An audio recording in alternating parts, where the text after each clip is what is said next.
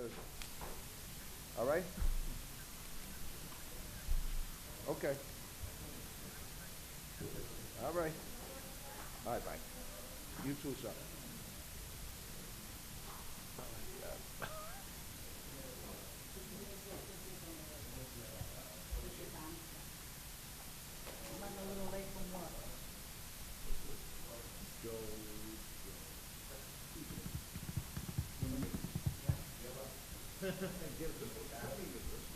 Life and communication, something? Community business, whatever. All right, this is Committee on Community and Business Development. This is Monday, June 23rd, 2014. We're at 6 p.m. Council McGonigal. Here. Council Suchetta. Here. Council Capoon. Here. Council McKinnon. Here. Council DeFlorio. Here. We have 5 members present. We do have a quorum.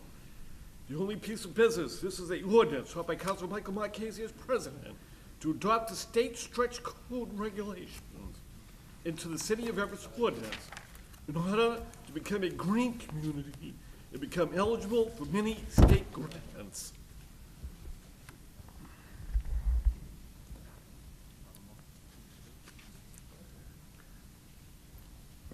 Could we have Mr. Soper come up before us with his invited guests? Motion made to have Mr. Soper come up with invited guests. Second. Motion made, second. All in favor? Aye. All opposed? The ayes have it.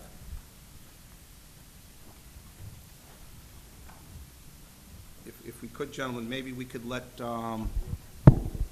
Soper, give us his presentation on the stretch code. We've all gotten a copy of it. Hopefully, some of us have had a chance to read it.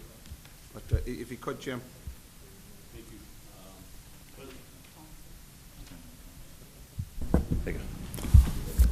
Thank you. Tonight we're here to present the stretch code for committee review. We'll try to be short, concise, and we'll have plenty of answers to your questions. We've brought a specialist from the state, Mike Berry, with us as well. Michael.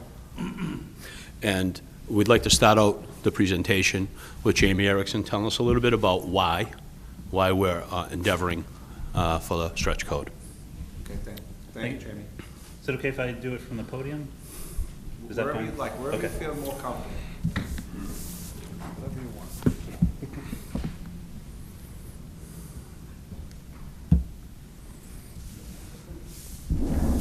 Thank you, Jamie Erickson, Director of Planning and Development. So as Jim mentioned, tonight I'm going to start off with a brief overview of what is green communities, why are we doing this now, what's the benefit for the city of Everett, and then Jim will go into the more technical details of the stretch code itself. As Jim mentioned, we have Mike Berry, who's a consultant with the state, who's done and worked with many communities on answering questions about the stretch code, and is really an expert on this piece of legislation and what are the true benefits of the legislation. So the first thing to note about the stretch code is it's part of the Green Communities designation process. And Green Communities is really a program established by the state of Massachusetts to help cities and towns fund clean energy solutions that reduce long-term energy demands. So the idea is if you become a green community, you're committed to, yes, providing some upfront capital and investment into investing in more sustainable and green initiatives, but the long-term payback of those actually make up and if not pay for those in the long run and actually make money for the community in the long run. A city that receives a designation is qualified for other energy efficiency and renewable energy initiatives and incentives. These are funding opportunities that the city can tap into, and I'll go into those in a little bit.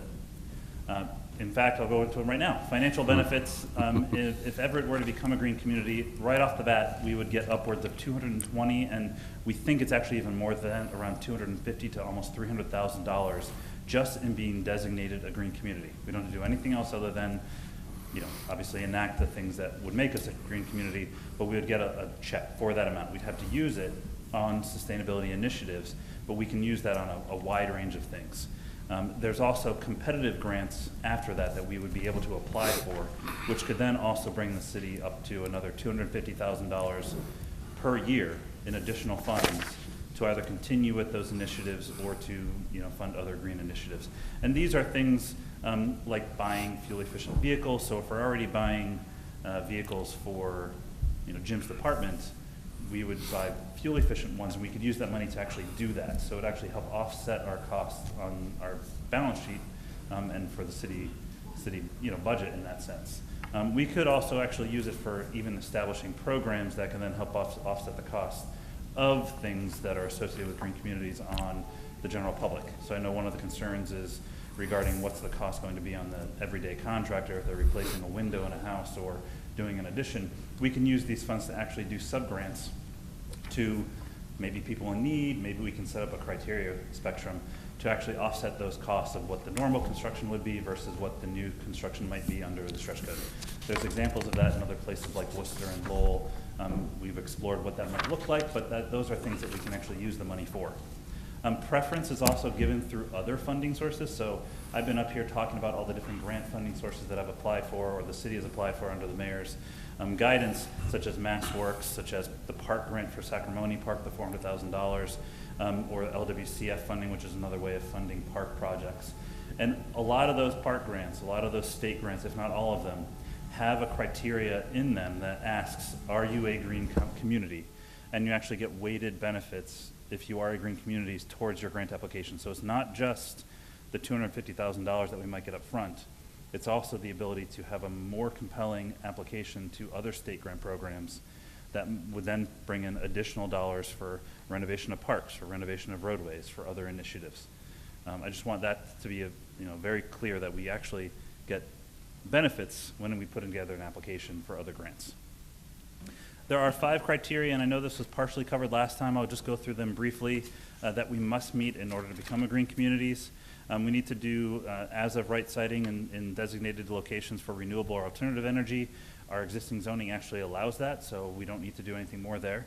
We need to adopt expedited application and permit processes. Again, our existing zoning already does that, so great for us. We already promote those types of ideas in our zoning.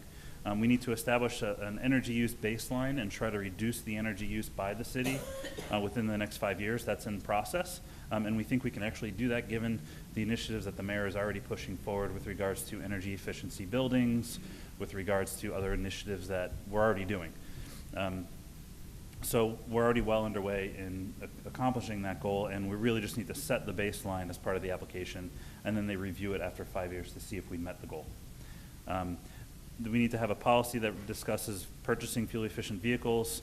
That would be coming down the pipeline. And then the one why we're here tonight is the adoption of the stretch code. And that is what Jim's going to get into in a little bit as to why we would like to seek the adoption of the stretch code. But it is one of the 5 criteria. So if we, for example, don't adopt the stretch code tonight, then we won't be eligible to be designated green communities, which it's a key component of the criteria for the application into the program. This is not new in Massachusetts. Over 140 communities in the state of the 351 have already adopted them. Many more are actually in the process of adopting them. So it's going to be very soon that the majority of communities in Massachusetts are adopting them. And that includes many communities around us, including Revere, Medford, Cambridge, Somerville, Winthrop, Burlington, Winchester. A lot of the communities around us within which many developers are already doing work are already using the stretch code and have already adopted the stretch code. So a lot of the people that we've talked to, that Jim's talked to, developers that are doing work in Melrose, already know the requirements of the stretch code. They're not concerned by them. They already know how to use them. And Jim go into a little bit more detail from that impact. So we have done outreach with developers to see, are there concerns out there? And because it's becoming so common, it's really not that much of a concern anymore. Initially, yes, there was concern in the developer world about how is it going to impact my bottom line, how is it going to impact project development. And because more and more communities are adopting the stretch code, it's becoming more and more common, and there's fewer and fewer concerns on the part of the development community. So I think I'm at Jim's part of the presentation. I'm just going to advance his slides, so you can certainly look up there. I think we gave you the slides as well, but Jim will probably be talking from his seat, and I'll just advance slides for him, if that's okay.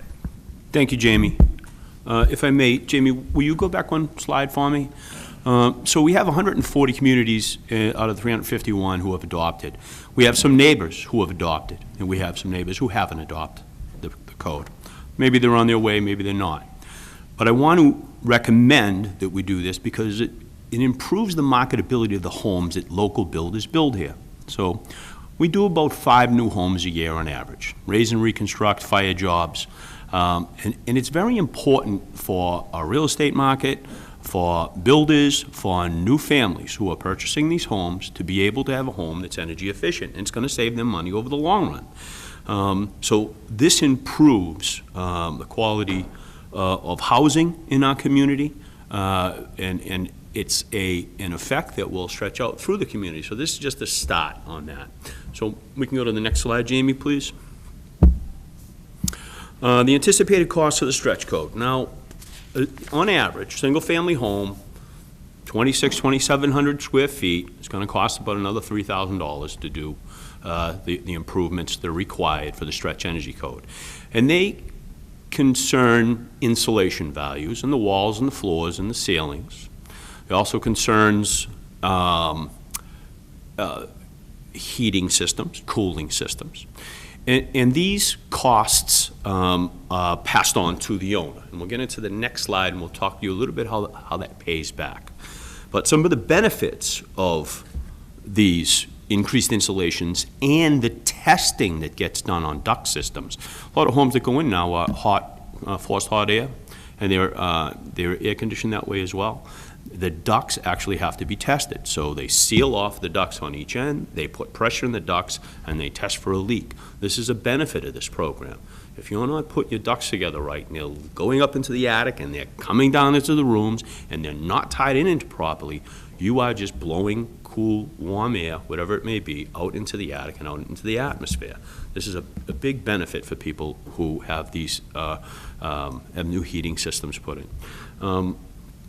If you would go to the next slide, please.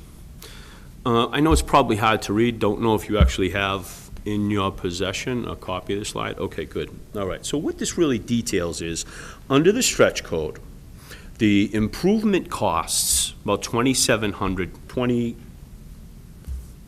$2,000 additional cost for the insulation, for the heating systems, for the doors, for the windows. On top of that, you're going to pay a HERS rater. A HERS rater is a specialist, licensed or certified by the state to come in and go through a checklist of every energy efficient, I think I might even have a copy of one here. I don't know if it's been distributed to you, but it's a checklist so that we go through every aspect of the energy conservation of this home so that we find out if there's gaskets around the outlets. I mean, a lot of air can go through an outlet around the cover and in through the holes and out. So all these things go through a checklist process, and the HERS rater goes through the process with the builder, checks these off. So that's about a $900 cost for that to happen. So you're into about a $3,000 cost on a single-family home.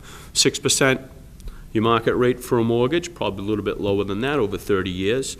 So to amortize that, it's going to be about $214 per year. Now, with that improvement in energy, the prediction is you're going to save $507 a year in energy costs versus a home that wasn't built under the energy code.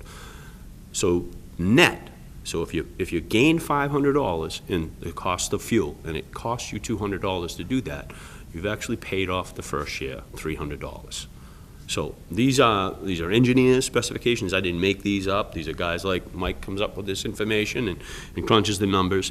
So it's a benefit day one when we go through this program. Next slide, please, Jamie. What types of buildings does the energy code apply? It applies to both residential and commercial. Most commercial structures are going to be built as LEED certified, so they're going to be beyond the stretch energy code requirements. So what it affects is the residential 1, 2, 3 family home that's going to be built or remodeled in the community. One more slide. So existing homes, renovations and additions. So you build a new addition on a house.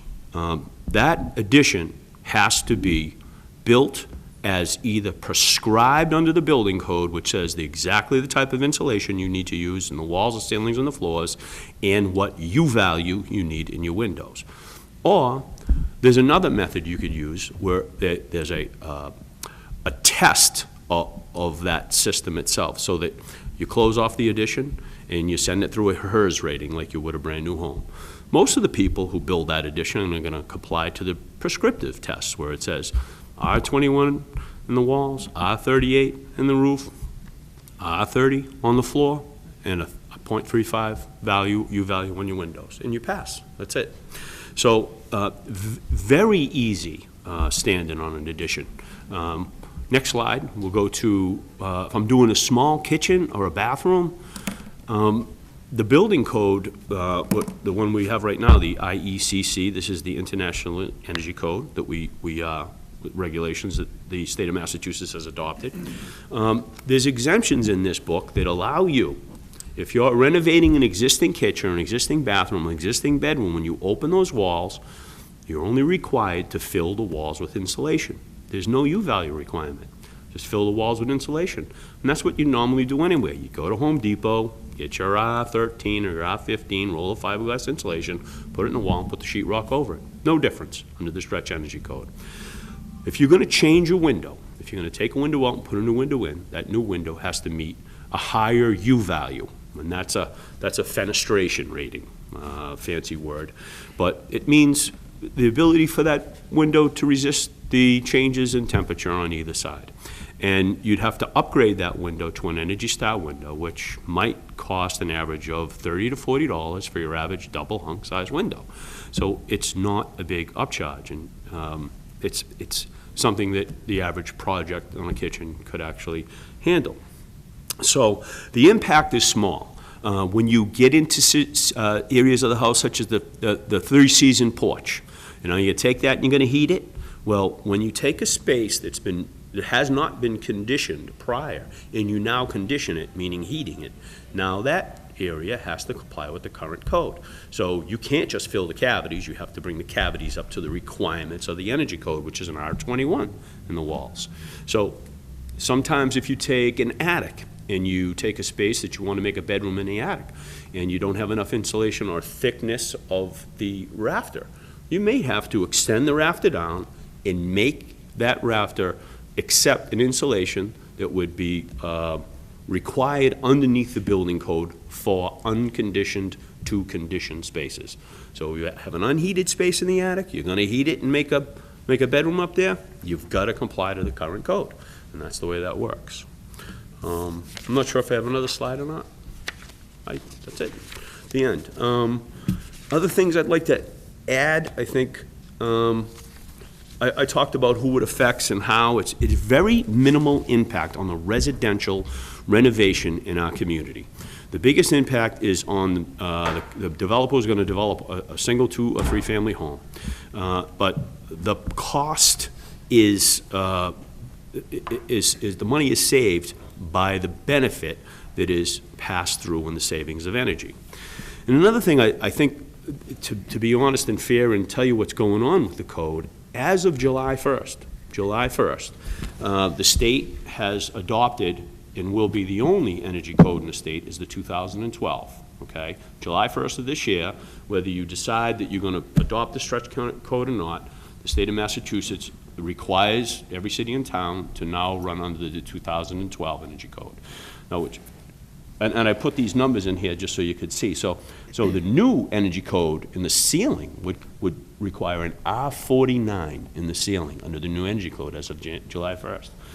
And the U values are going to go down to 0.32, so from 0.35 to 0.32. So you're going to have a more expensive window. This is coming. This is nothing you're voting on. This is next Tuesday. The way the state works and the way the energy code will be handled, and I talked to the state about this recently, this is the code we're using today. And the stretch code is an amendment to this code only, the 2009 code. They haven't amended this code yet, so we have no amendments for the stretch code for the 2012, but it's coming. So if you adopt the stretch code today, you'd actually have an R value of 38 and a window of 0.35, whereas on July 1st, it's coming. The increase in the stretch code is there, and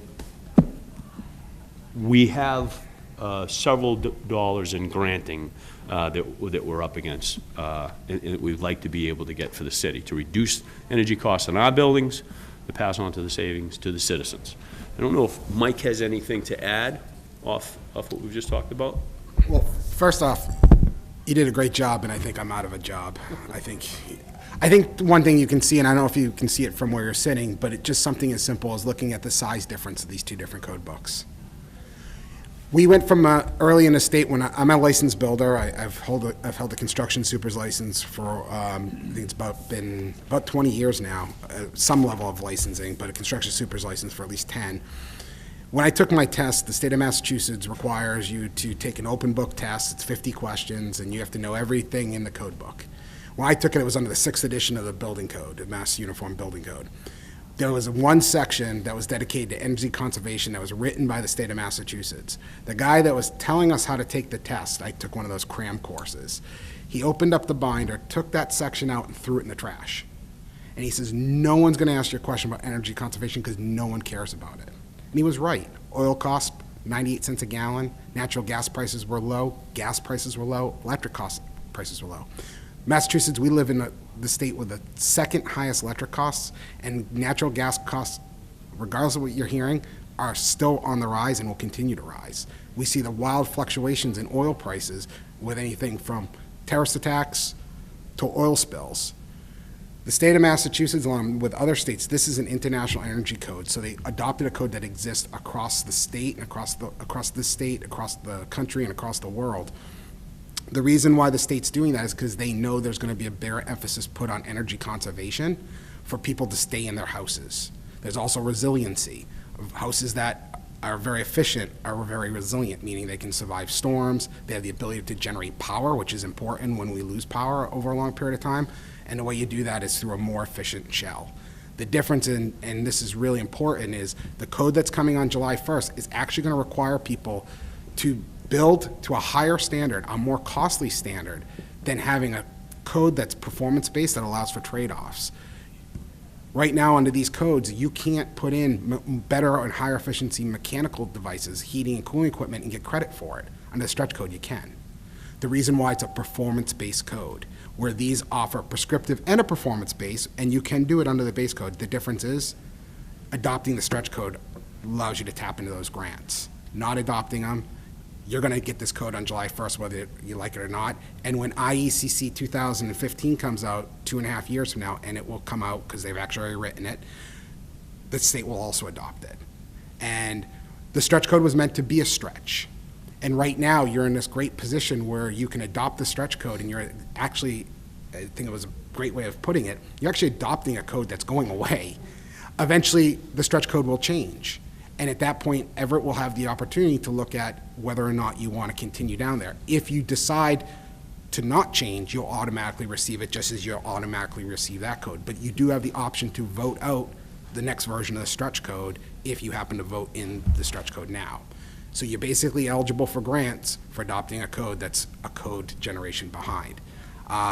Right now, the state doesn't anticipate having a stretch code to even be viewed, publicly viewed for comment, till after 2015.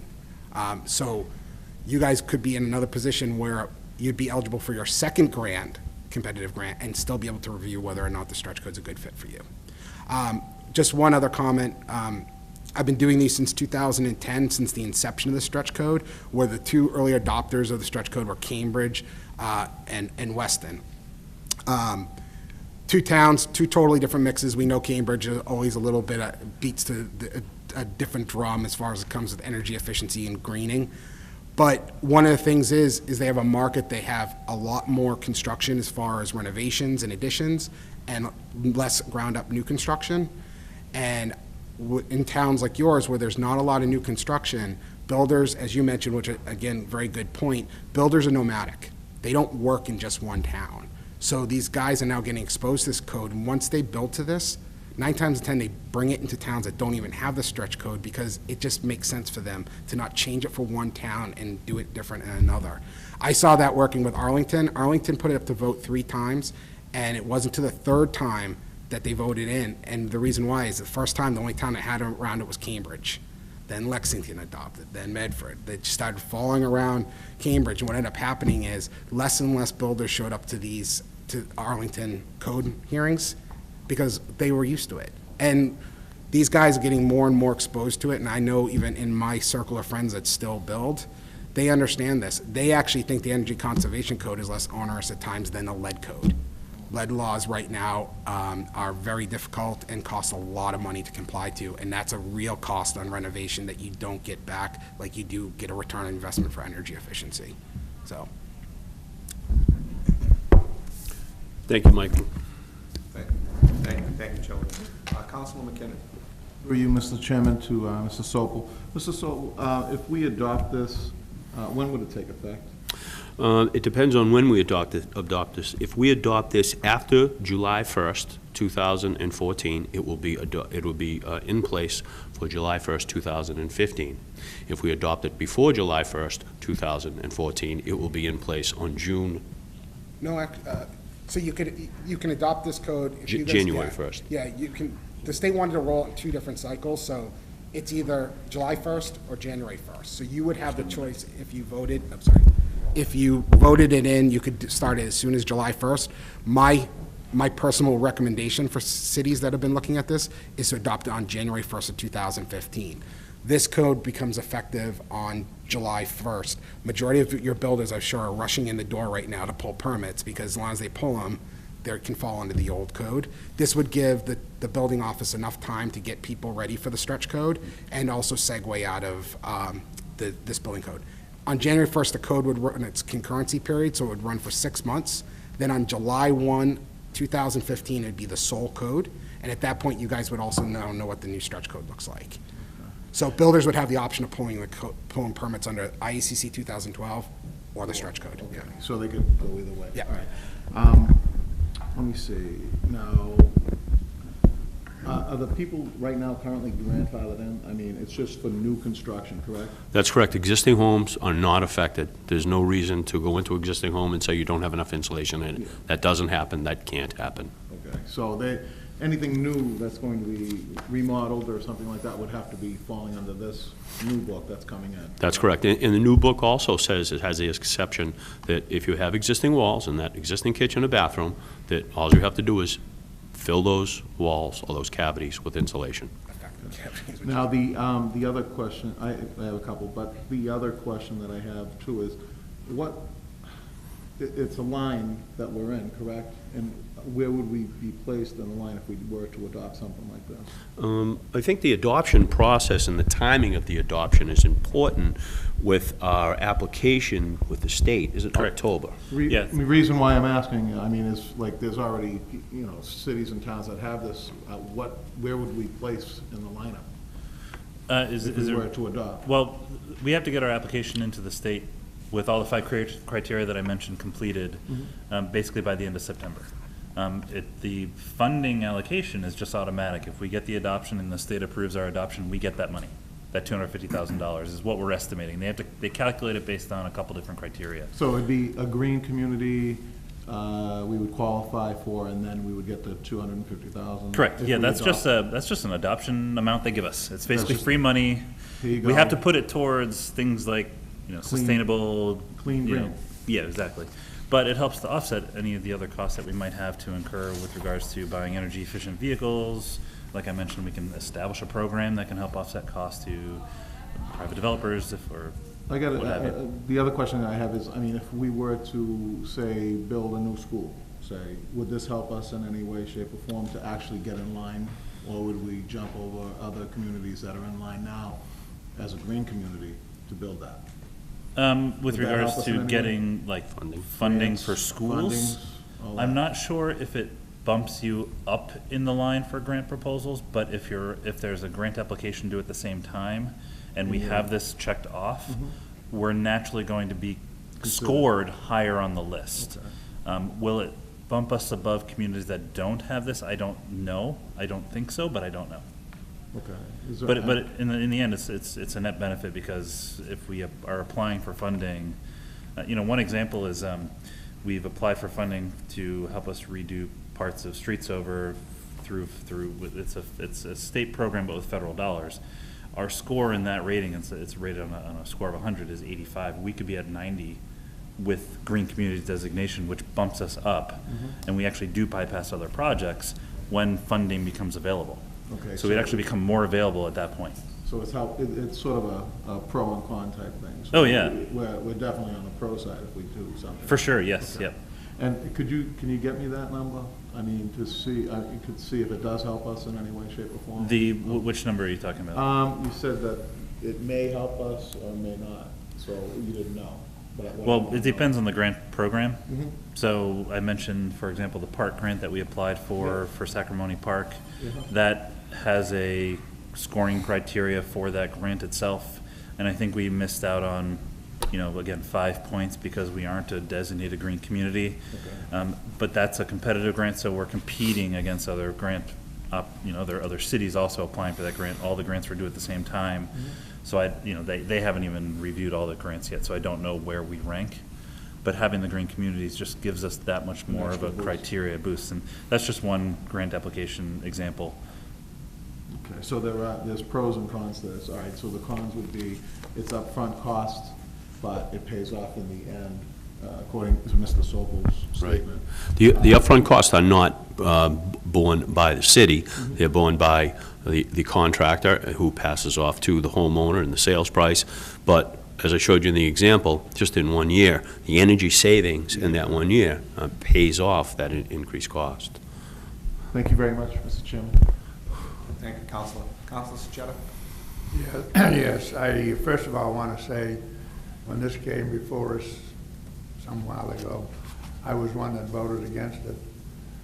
I'm an accountant by trade, so I know nothing about construction, but my son, who is a construction consultant, tells me, and I met with him yesterday, that every city and town, mostly in this state, have it, that most construction people today live up to that only to save money in the future. And also the grants that are available, not only for cities, but for the people that comply with these things. So I believe it's a win-win situation, and I'm in favor of it this year. Thank you. Thank you. Thank you, Counselor. Counselor Capone? Thank you, Mr. Chairman. Through you to either of, I guess, a couple of quick questions. I know that with regard to new constructions, cost doing business, and that's fine, and I think that that's good. Main concern I have would be to the existing homeowners. Obviously, everyone's in a different financial category. You want to do renovations, you want to do additions, you're going to have to comply on this. Now, there isn't quote-unquote certified contractors, it's just contractors are going to have to live up to the code. That's correct. Okay. I just want to make sure there's no burden on a consumer to have to go find someone special now. No, as long as they're licensed, counselor, the licensed construction supervisor, they can pull the permit. And some of the types of common renovations that you had mentioned, the window replacement, things of that nature, doesn't sound like it's a huge difference.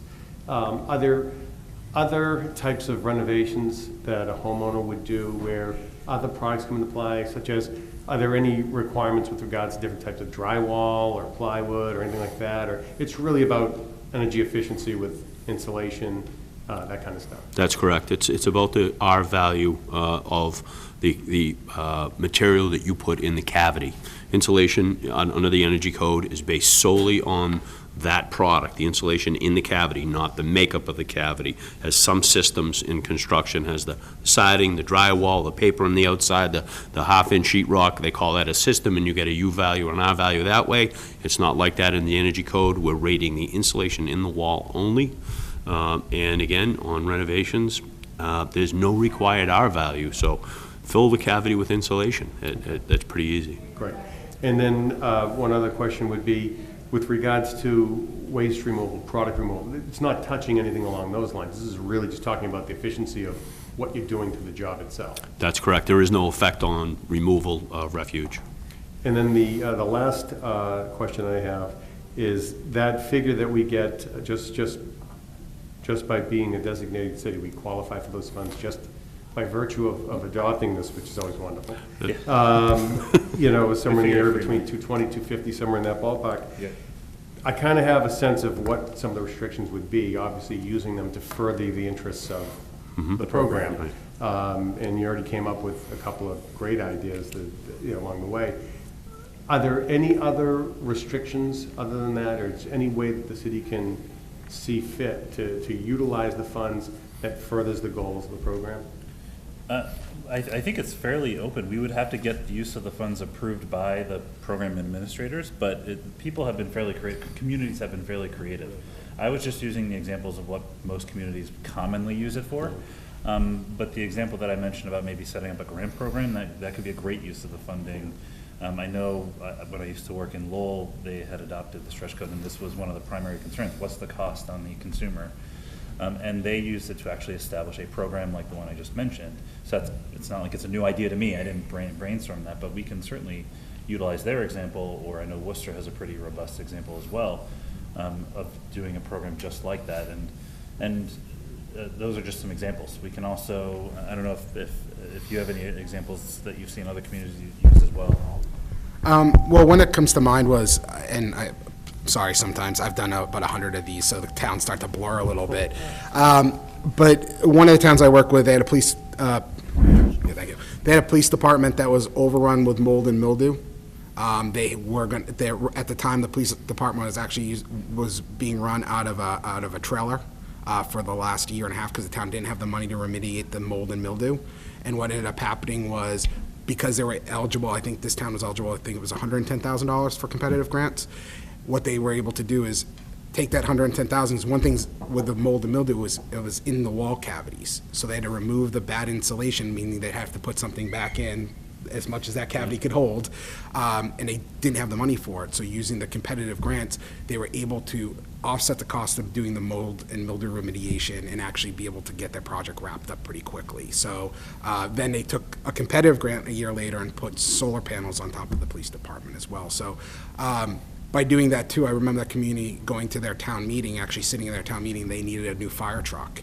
And those were costs that were it was either buy a new fire truck or deal with the police department building. And again, it was able to offset and also draw down the consumption of the police department building. Better insulation, now with the renewables on it, the price to power that building and heat that building greatly diminished. They were able to then offset those costs to something else. So I remember being in one town, someone said, well, we really need to hire a school teacher. But they also, every building, the average age of the building in the town's portfolio was built in the 1950s with zero energy efficiency improvement. Their power costs by the town alone after they did their baseline study were staggering. So again, it doesn't touch directly hiring that teacher, but using those to offset the energy costs will effectively, Yeah, you're bleeding out effectively 2 teacher positions per year. Right, exactly, So, yeah. And the final question I have, it was just about a comment that you'd made about the adoption timeframe. Mm-hmm. I just want to make sure I'm clear about that. If Okay. there's something specific that we should be doing when it comes before us, should we be adopting it effective as of July 14th, or should we be accepting it as of the 1st of January?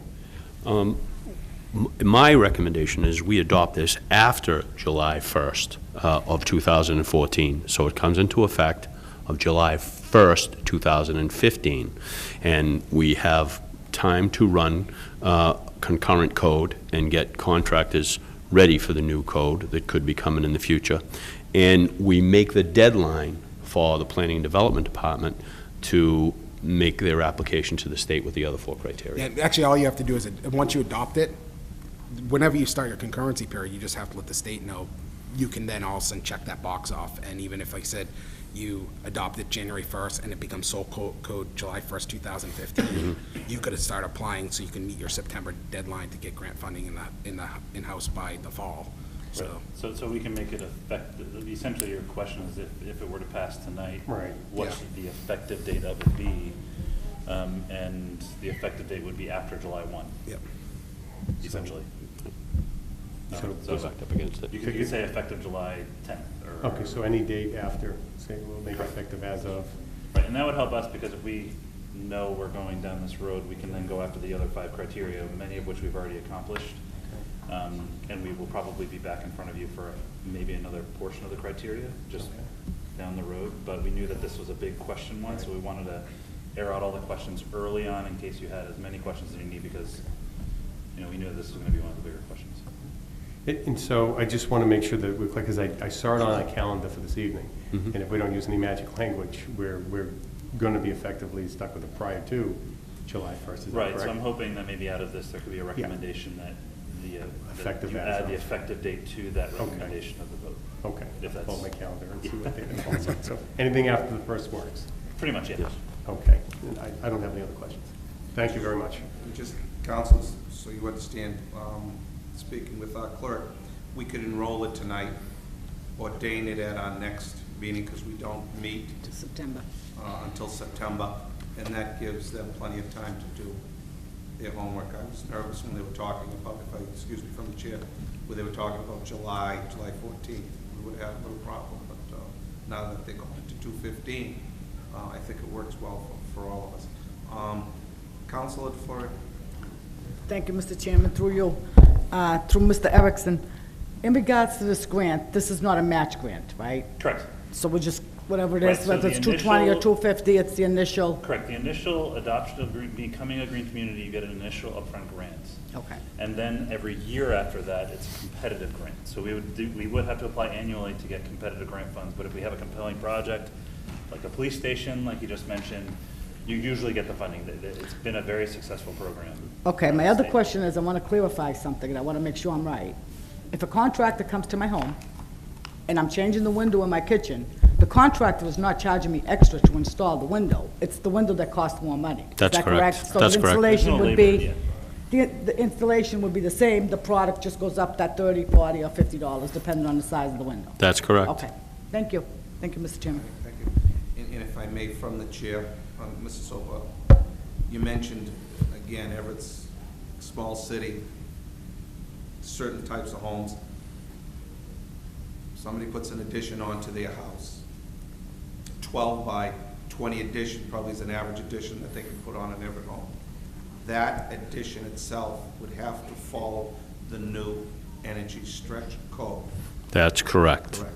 So the rest of the house that this homeowner is not touching, okay, he would not have to rip out those walls and all of a sudden it would be, because we don't want to give him that conception out there that now that we adopt this and you do a renovation in your home, and I appreciate a month ago you really explaining that to me.